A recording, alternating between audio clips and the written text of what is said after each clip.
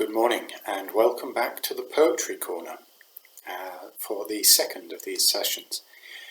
We're looking today at another poem, a poem by Rudyard Kipling, better known as the author of the Jungle Book and the Just So stories, but a very interesting poet as well. And this is a poem called Cold Iron. As before, we're going to listen to it and then I'm going to try and break it down and explain what's being said in each little bit, and then draw that together to pick out some bigger themes and maybe even some thoughts or reflections to take away. So let's have a listen to Cold Iron. Gold is for the mistress, silver for the maid, copper for the craftsman cunning at his trade. Good, said the Baron, sitting in his hall, yet iron, cold iron, is master of them all. So he made rebellion against the king, his liege, camped against his citadel, and summoned it to siege.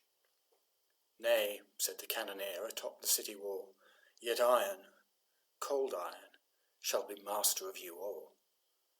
Woe to the Baron and his knights so strong, when the cruel cannonballs laid 'em all along. He was taken prisoner, he was cast in thrall, and iron, cold iron, was master of it all. Yet his king said unto him, O how kind a lord! What if I release thee now, and give thee back thy sword? Nay, said the Baron, mock not at my fall, for iron, cold iron, must be master of us all. Tears are for the weakling, prayers are for the clown, halters for the silly neck that cannot keep a crown. As my loss is grievous, so my hope is small, for iron, cold iron, must be master of men all. Yet his king said unto him, few such kings there be, here is bread, and here is wine. Sit and eat with me. Eat and drink in Mary's name, the whiles I do recall how iron, cold iron, can be master of men all. He took the wine and blessed it. He blessed and broke the bread. With his own hands he served them, and presently he said, See, these hands they pierced with nails outside my city wall. Show iron, cold iron, to be master of men all. Blows are for the desperate, wounds are for the strong, balm and oil for weary hearts, all cut and bruised with wrong. I forgive thy trespass, I redeem thy fall, for iron, cold iron, shall be master of men all. Thrones are for the valiant, sceptres for the bold, crowns and power for mighty men that dare to take and hold. Nay, said the Baron, kneeling in his hall, yet iron, cold iron, is master of them all. Iron out of Calvary is master of men all.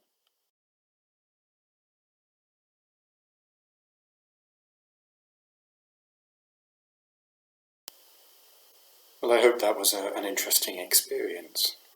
Let's go through that poem bit by bit.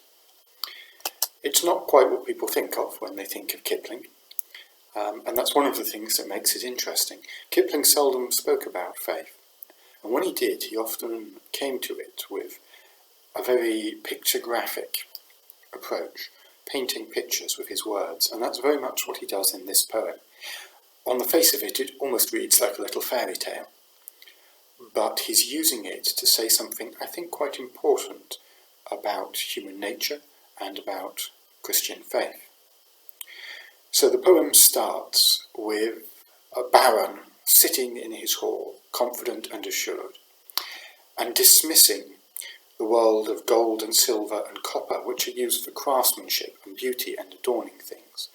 And the baron says, that's all very well, but iron, cold iron, is master of them all. In other words, what really runs this world, what really matters, is strength, power, and perhaps especially military strength. Cold iron speaks of weapons and armour. That's a perspective that has recurred again and again throughout history. Bismarck famously said that the fate of Germany would be decided by blood and steel. Goebbels allegedly said that when he heard the word culture, he reached for his gun. And it's not unique to those characters through history. Again and again, and even in the modern West, you find people whose perspective is that to get anything done, it has to be done through power, through strength, political or military or personal or organisational.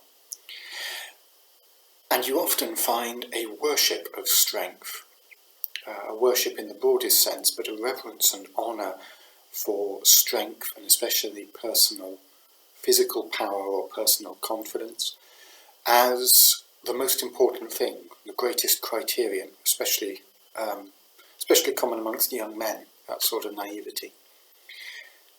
The idea that really the fate of our world is decided by strength, cold iron. And the Baron in our story thinks this, and so his worship of strength leads him to try and increase his own strength by rebelling against the king, his liege. His liege meaning he'd sworn to obey him, so he betrays the man, betrays the king, and attacks his city. And when he does so, he finds himself utterly outclassed. His knights are easily defeated by the cannons on the city wall.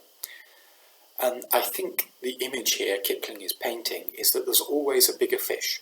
There's always somebody stronger. No matter how strong and capable you think you are, there's always somebody more capable than you. The Baron who has worshipped strength finds himself easily defeated by the much greater strength of the king and cast into prison. And when the king tries to offer him mercy and release, the Baron spurns it. He sees mercy as weak and impractical. Nay, said the Baron, mock not at my fall, for iron, cold iron, must be master of us all. Tears are for the weakling, prayers are for the clown, halters for the silly neck that cannot keep a crown. As my loss is grievous, so my hope is small, for iron, cold iron, must be master of us all. What I think he's saying there is, I've lost. There can't be any mercy for a loser. That would be silly. I've lost, I just need to accept my fate. Pleading and crying and asking for mercy are the acts of weak fools. There can't be any such thing as mercy. And then the poem starts to turn it around. Yet his king said unto him, few such kings there be. Here is bread, and here is wine. Sit and eat with me. Eat and drink in Mary's name. The whiles I do recall how iron, cold iron, can be master of it all. As a historian, I can tell you there were very few kings who have met rebellious vassals with that kind of mercy. But of course that's not really the point Kipling's making here at all. It's here we start to see that this isn't really a fairy tale of a baron and a king. It's a picture of the real life story of the human being and his God. God is our king, our sovereign, the king of the universe, and yet human beings again and again rebel against him. We try and put the crown on our own head, decide for ourselves right and wrong, and live in his world without listening to the one who made it. Like the Baron, we rebel against our liege, and like the Baron, we are no threat to him. We are utterly outclassed. God doesn't need our obedience or our worship or our approval. Yet, he comes to us with mercy, and far too often we spurn it. Far too often, people either don't believe God could really hold out mercy to someone like them, or are too proud, too angry, too wrapped up in their own hurt to receive it. Think they just have to live as sinners and outcasts. And yet, God comes to us as a very kind Lord and invites us to sit and eat.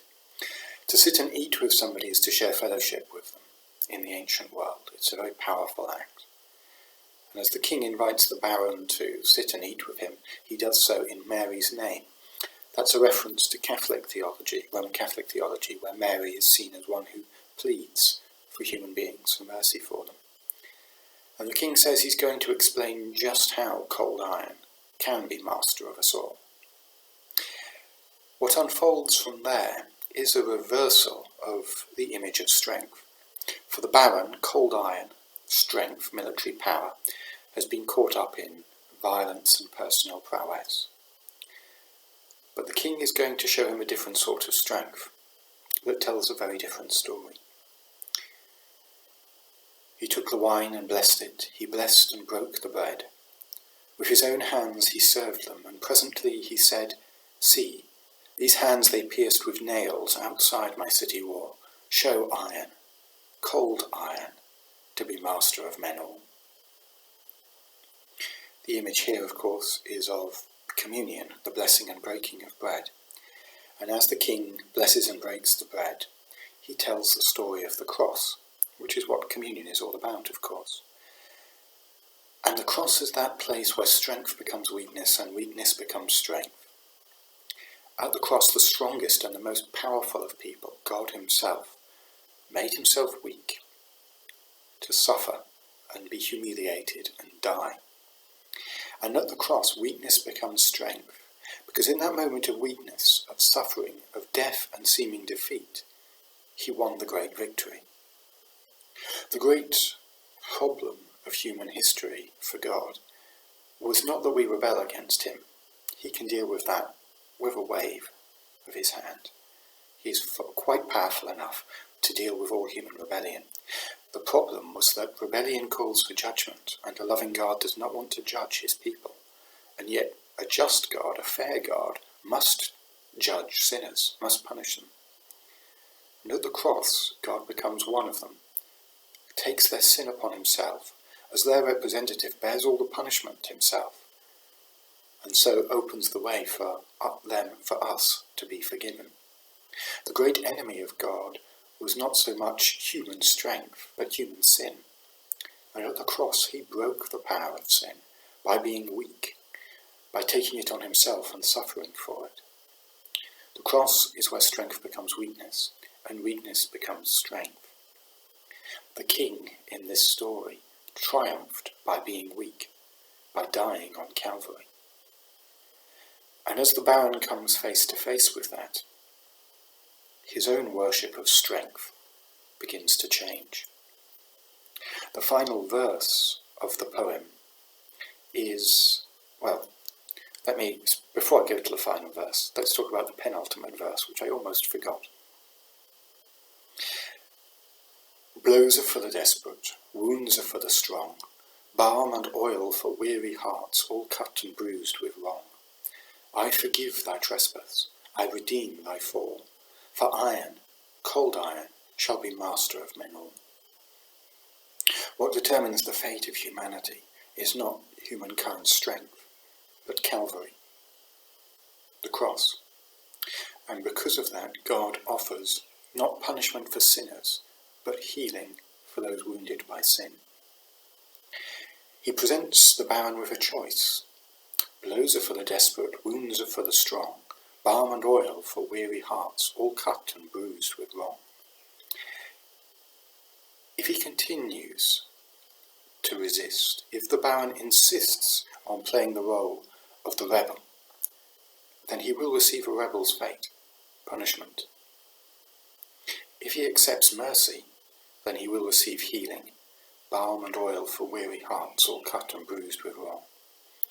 We all come to God as both sinners and victims of sin, those who have hurt others and those who have been hurt ourselves. And what God says is we can choose which one we'll be treated as. Do we want to be proud and be treated as the angry, defiant rebel? We can be. Do we want to be humble and come to God as the hurt, injured patient needing forgiveness and healing? If we do, we will receive it. He will not force our destiny on us. He will give us the chance to decide what we want to be now and for eternity. The angry rebel or the healed child. Do we want to choose the way of enmity and stew in pride and resentment and defiance? Do we want to choose the way of humility, to admit our fault, ask his mercy and receive his healing? The final verse of the poem sees the Baron back in his hall, and hearing the whisper of the tempter, "Thrones are for the valiant, sceptres for the bold, crowns and powers for mighty men that dare to take and hold." Here's the promise that the tempter is holding out, the promise that tempted the Baron in the first place. You can do it, you can take the power, you can take the glory, you can take the kingdom, you can take the crown for your own head. But this time, the Baron, hearing it, is not sitting confidently but kneeling in humility and prayer. "Nay," said the Baron, kneeling in his hall, "yet iron, cold iron, is master of them all. Iron out of Calvary is master of us all." In the Baron, as in us, I hope, the iron of Calvary has conquered the cold iron of strength and power and pride. Or to put it another way, he has seen that the strength of God, expressed in weakness and humility and kindness, is stronger than the strength of man, expressed in anger and pride and resentment. The iron of Calvary has conquered. And so the Baron spurns and turns aside the temptations of power and glory, because he knows there's something better. There's the iron of Calvary. There's the Christ of the cross. There's the King who died for him. And the tempter's temptations fall away, defeated by the Baron's knowledge and love of God. The Baron, ironically, is now stronger than he was in the beginning. In the beginning he fell to temptation and was defeated by the King. Having received the King's healing, he now defeats temptation. The iron of Calvary has entered into him as well. And this is the Christian story, that we come to God as rebels. Humanity as a whole, and each of us individually, has at some time and in some place defied him and rebelled against him. And to all of us, God holds out his hands, saying, "What if I forgive thee now, and give thee back thy sword?" If we want to respond with anger and hurt and enmity, if we want to stew in our image of ourselves as defiant rebels and victims, then we can be treated as defiant rebels. But if we come to God for healing, if we lay aside all the pitiful strength of which we were so proud, and instead grasp hold of his strength expressed in weakness and sacrifice, then not only will we be healed, not only will we be forgiven, but we will find, I think, that we are far stronger than we ever were before. That the strength of God found in humility and service and sacrifice is far stronger than the strength of man found in violence and power. Cold Iron is the story of a proud rebel coming back to his king. It teaches us a few lessons, I think, or encourages us to think about a few things. First, what are we assuming is true power in this world? Do we put our trust in might, in physical strength, in military strength, in political power and institutional power? Do we think the great, powerful forces that run this world are things like the US military or the Chinese economy or the House of Parliament? Do we think true power is found in political influence, economic strength, or personal force? People have thought that for thousands of years. They're all gone. But the carpenter from Nazareth, who died on a cross, he has 1 billion followers worldwide. He shapes the destiny of nations. If we want to change our world, we won't do it so much through power, as we will through taking his road of personal love and sacrifice. But the deeper challenge is to our own hearts. Where are we the rebel Baron, too proud to accept defeat, too proud to accept mercy? Where are we clinging on to our hurt and our enmity and our anger? And where do we need to receive balm and oil for weary hearts all cut and bruised with wrong? because our King is strong enough to heal us, strong enough to forgive us, strong enough to restore us. He's strong enough to deal with every wound and rebellion of ours. He showed that strength when he won the victory in his weakness at Calvary. That love and mercy cuts deeper than swords. It is stronger than cannon, mightier than governments and armies.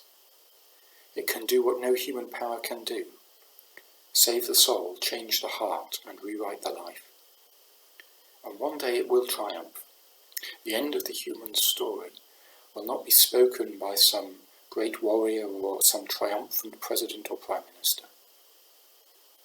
It will be spoken by one who died on a cross. As Job said, "I know that my Redeemer lives, and that in the end he will stand upon the earth."